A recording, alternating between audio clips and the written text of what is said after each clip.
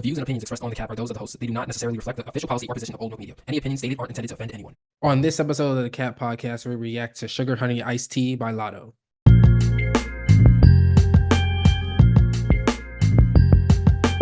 Welcome back. This is episode 516 of your critical but accurate tour through hip hop, the Cat Podcast. I am your tour guide, Nate Sperlin. Once again, Taylor is off. Thank you for tuning in on YouTube, Spotify, Apple Podcasts, and more. Do us a favor, hit the like button, subscribe to the channel, follow us on Instagram, TikTok, and YouTube at OldMilk Media. Check out oldmilk.co for more information. That being said, let's get straight into it. Today, once again, we are discussing Sugar Honey Iced Tea by Latto, which is 21 tracks, an hour and 2 minutes long, featuring Young Nudie, Huncho, Coco Jones, Megan Thee Stallion twice, Sierra, Megan Thee Stallion, Mariah the Scientist, Tizo Touchdown, Cardi B, and Flo Milli. This album is 2 discs. The first disc is really the album. And the second disc is just 4 bonus tracks. So you have Put It on the Floor, Put It on the Floor Again, and then you have Sunday Service, and then you have the Sunday Service remix. For the purposes of this episode, we're not talking about this too, just because those songs have already been out already, and everybody loves them, including me. Like, I really enjoy all those songs, but they're not in the actual construct of the album. So yeah, that being said, let's talk disc 1. As we always do, or as I usually do at least, disclaimer, Latto isn't making music for me. I'm not the target audience for this album. So, yeah. But anyway, let's talk about my expectations for this album. I'm expecting Latto to keep establishing herself as one of the top women in rap. And I want her to keep making hits as well. Additionally, I'm looking for Latto to explore her creative ability. I want to hear some more melody from her. I think that she has a really good singing voice, and I think that she should be able to use that more from song to song. Also, I do like to point out that even though I'm not the target demographic for Latto, she is still really good at making tracks that are for people who aren't in her target demographic. On 777, she had Sunshine and Stepper, which are 2 really, really good tracks that didn't really have, or wasn't really to her main target demographic. So yeah, I'm expecting songs like that too. Some songs that, you know, even the men can listen to, as well as the women. So I'm really excited to talk about this album. All right, packaging. Love the album cover. Album cover is amazing. I like the rollout as well. I like that she's wrapping buses in her ads. She's setting up hotlines for snippets, and she's doing all this other type of stuff as well, trying to make her album real for her fans. So that always goes a long way, and it seems to hopefully have gone a long way this time as well. My first thoughts. Honestly, Latto makes it so hard for me to just outright crown Megan Thee Stallion as the best woman rapper of the new generation. Like, every time Megan Thee Stallion comes out with something that's impressive, Latto comes out with something that is equally, even sometimes, if not more impressive than Megan Thee Stallion, in my humble opinion. I like Latto's versatility a lot more than Megan Thee Stallion's versatility. And versatility is really where I think artists really make their money, especially now in 2024. I think that Latto's lyrical creativity shines throughout, and the unique beats that she picks. I think those beats really do a good job of retaining the energy of her presence on each track. And again, talking about the production for my final first thought, I like the production that she chooses. I think that all the beats except for one here are really, really good. I also like that she's tapping some producers that she's worked with before, like Grizzly, Go Grizzly. Also some production from producers I haven't heard her work with before, such as Coop and Kid Hazel. So yeah, really, really excited to get into it. So now let's get into the song by song. First song, the intro track, Georgia Peach. That's the intro for Sugar Honey Iced Tea. Here we're hearing Latto experiment with that melodic flow that we're gonna hear later on some of these songs. And we get that piano beat. And that piano beat really, it's interesting because this song has like a piano beat, and it kind of sounds like it's building up to something, but we never really get that beat drop. So I found that to be interesting. One of the more interesting songs, just construction wise, on this album is definitely Big Mama. In my opinion, Big Mama sounds like 2 songs that were just put together because they were too short to be their own standalone song. So like the first part, which in my opinion is the first song, we have like Latto singing, melodically rapping, I probably should say, having a birthday celebration, and on his birthday celebration she's asking her man what he's gonna do for her, and that's like a nice calm slow beat, nice vibe. I can really get with that. And then the second song is the complete opposite of the first. So there's more aggression on there, and Lotto's has words for rappers that are trying to challenge her. I know there's been a thing between Lotto and Ice Spice recently, so I think that she's talking about Ice Spice in that second half of Big Mama. But overall, really, really good song. Also a song that I heard before, so I'm not gonna pick it for favorite tracks, but definitely one of the stronger tracks here. I I think that it would have been nice to on this too maybe get an extended version of both parts of Big Mama. I think that part one and part two are both good songs that could stand alone by their own, but they need second verses. And Lotto is one of the best rappers that we have right now, so it should be no sweat for her to create second verses for these two tracks. I'm interested to see why this song came together the way that it did, but overall, really, really good track. One of my favorite tracks for sure. I just wish that each vibe on the track got more attention. But yeah, let's move on to Blixum.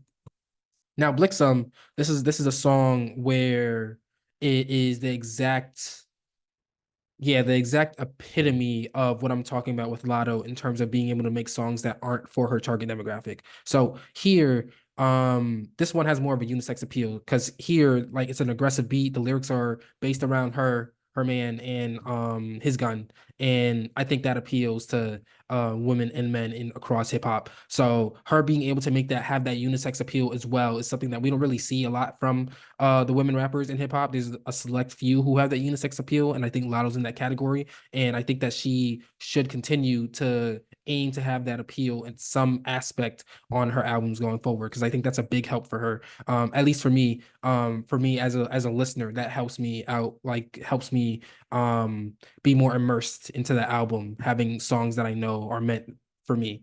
I don't really have much to say about Shrimp and Grits, excuse me. I don't really have much to say about that song. Young Nudie does his thing. It's a nice dimension added, but honestly, there isn't really much to say about that in my opinion. There she go. I like that beat. I like the way that Lotto maneuvers the beat. And I think that the transitions from the lyrics to the ad libs and the verses to the hooks, like I think that you don't, as a listener listening to that song, you don't really know what's coming next, but it all fits together. So like first of all, it's a song, it should all fit together in the first place, but additionally it keeps the listener on their toes because we don't know what's coming next, and everything that's coming next is entertaining, so we're still listening and we're like, yeah, I want to keep this going. So definitely a good song.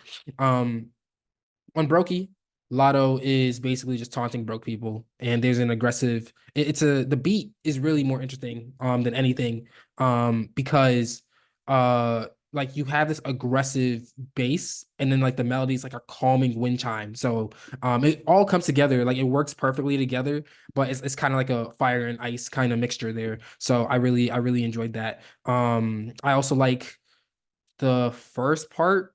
Well, the first vocal we hear from Lotto is really like the hook, but like cut in half. And it's cut in half in a way where like it gives space for an interlude, and then we get the full hook. And I like that construction as well. I think that also adds to anticipation when first pressing play on the song.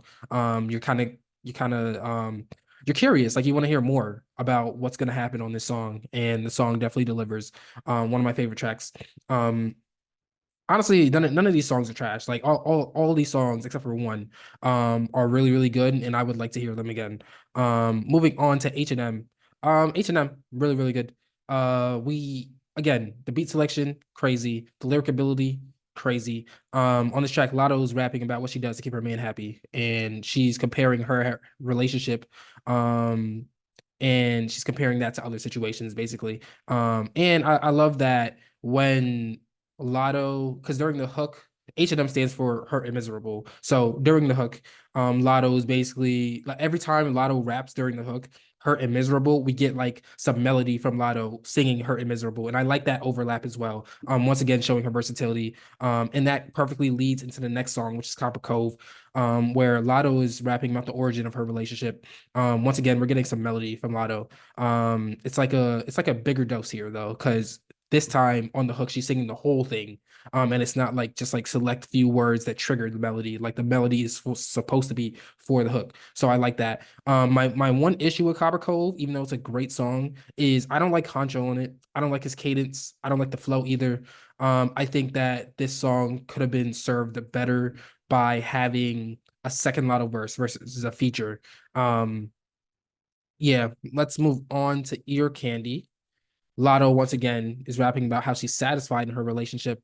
I think that this is a good example of self-awareness from Lotto because we have Coco Jones on this song and she has a more soulful voice and she's singing the hook on this song. I think that Lotto could have sung the hook on this song, but I think Coco Jones does a much better job and it is a much better fit to sing the hook for the song. So I like the awareness from Lotto.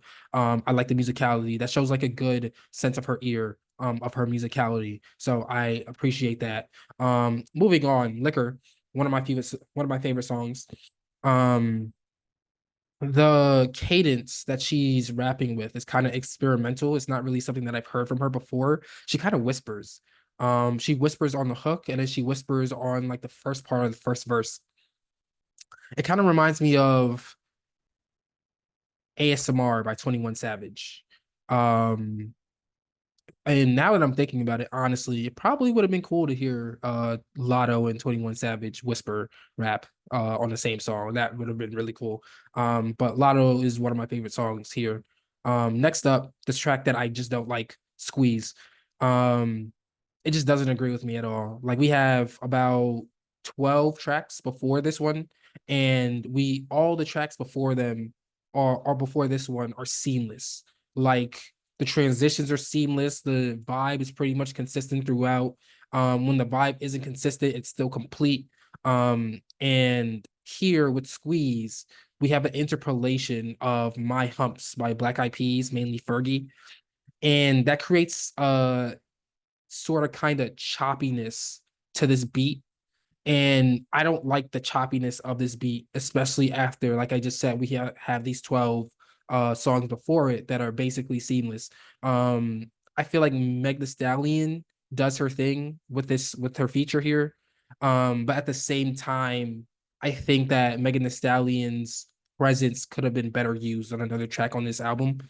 Um, but overall, like this is the one hiccup for me. This is the one song that I'm definitely not going to be returning to. Um, but moving on from a bad example of interpolation and sampling to a good example, the next song um also samples a previous song, a hit song, Good to You. And that samples Hey Y'all by Outkast. It first of all, this sample fits so much more better on this album than Squeeze does, the sample for Squeeze does. I love the fact that we have Sierra and she's opening Sierra opens the song basically. And with Sierra opening the song, like that really takes it to the next level because we get Sierra's vocals. And I also think there's like a little bit of like a K-pop tempo to this track, which I also really appreciate. Um, yeah, moving on to the next track here, we have Look at What You Did. And then once again, I the thing I like about this album is the fact that Lotto is picking and choosing when she needs to use her melody. Because like I just said, we had Coco Jones for one song, and then the last song we had Sierra, which was Good to You. We have Sierra on it. Coco Jones is on, once again, Coco Jones is on Ear Candy. And then on Look at What You Did, we have Mariah the Scientist.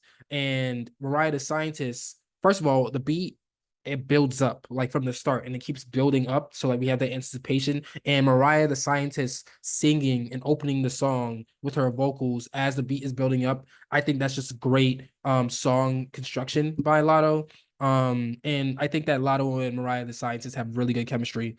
Also we get a nice taste of versatility, of Lotto's versatility. So we have Lotto singing the first verse, and then she raps the second verse, and then during her hook, we kind of get like a little bit in between. We get that melodic rap from Lotto, something that I'd like to hear more from her. So yeah, that was a good execution on that song. And then we have Prize Possession, which features Tizo Touchdown. And here, what I'm getting from this is that Lotto's rapping about being stuck in a toxic cycle in our relationship. Um, Tizo touchdown adds a nice touch to the hook, but I don't know if I really wanted a Tizo touchdown verse. It just Tizo touchdowns voice and and Latto's voice, they don't really they don't mesh well or as well as I would expect them to. And for that reason, I don't need the Tizo touchdown verse there. At the end, we kind of get Latto and Tizo touchdown trading vocals to kind of close the song out, and that's a nice touch to it. But at the end of the day, it's like too little too late. Like you already kind of like the vibe kind of completely changes when Tizo touchdown has his verse too. So it's a little bit too little too late for me at that point. So it's not really much that could be done to really save that song. Except I guess have a remix where Tizo touchdowns only singing the hook and only trading vocals with Latto. But aside from that, solid song. Definitely not my least favorite, but definitely not my favorite either. And then finally, the outro track, we have Shout Out to Me. And this is a track where Latto raps about her journey in the rap game. And she compares where she was then to where she is now and what she needs to do to continue to sit on top of the throne. So let's talk about playback value, right? So objectively, it's weird because Latto was such a talented artist, and I think that she deserves way more attention than what she gets. But at the same time, is that I have to be realistic, and is that attention really there as of now? Um, I don't think it's there to the point where we can call her like a global superstar the same way Megan Thee Stallion is, even though she deserves to be, at least just by ability. So objectively, I'd probably give this album maybe 2 weeks. Subjectively, for me, this album just like again, I'm not the target demographic. There are some songs here that I wouldn't mind listening to again, but I'm just not the target demographic for this. So overall, subjectively, I'm probably not going to be listening to this again. Yeah. So all right, now it's time for final thoughts. My last thought is Latto continues to show her artistic development by continuing to claim her spot as one of the best women rappers in the game while trying out some new sounds that fans will enjoy from years to come. My top three tracks: number three, Look at What You Did; number two, Liquor; and number one, Copper Cove. All right. This has been episode 516 of the Cat Podcast. Don't forget to leave your opinion of Sugar Honey Iced Tea by Latto in the comments below. If you've enjoyed this episode, feel free to subscribe to the channel, like this video, comment once again, follow Old Milk on YouTube, Instagram, and TikTok at Old Milk Media. Check out oldmilk.co for more information. I am Nate Sperlin, and we will be back when hip hop tells us to be. We are out. Thank you for watching.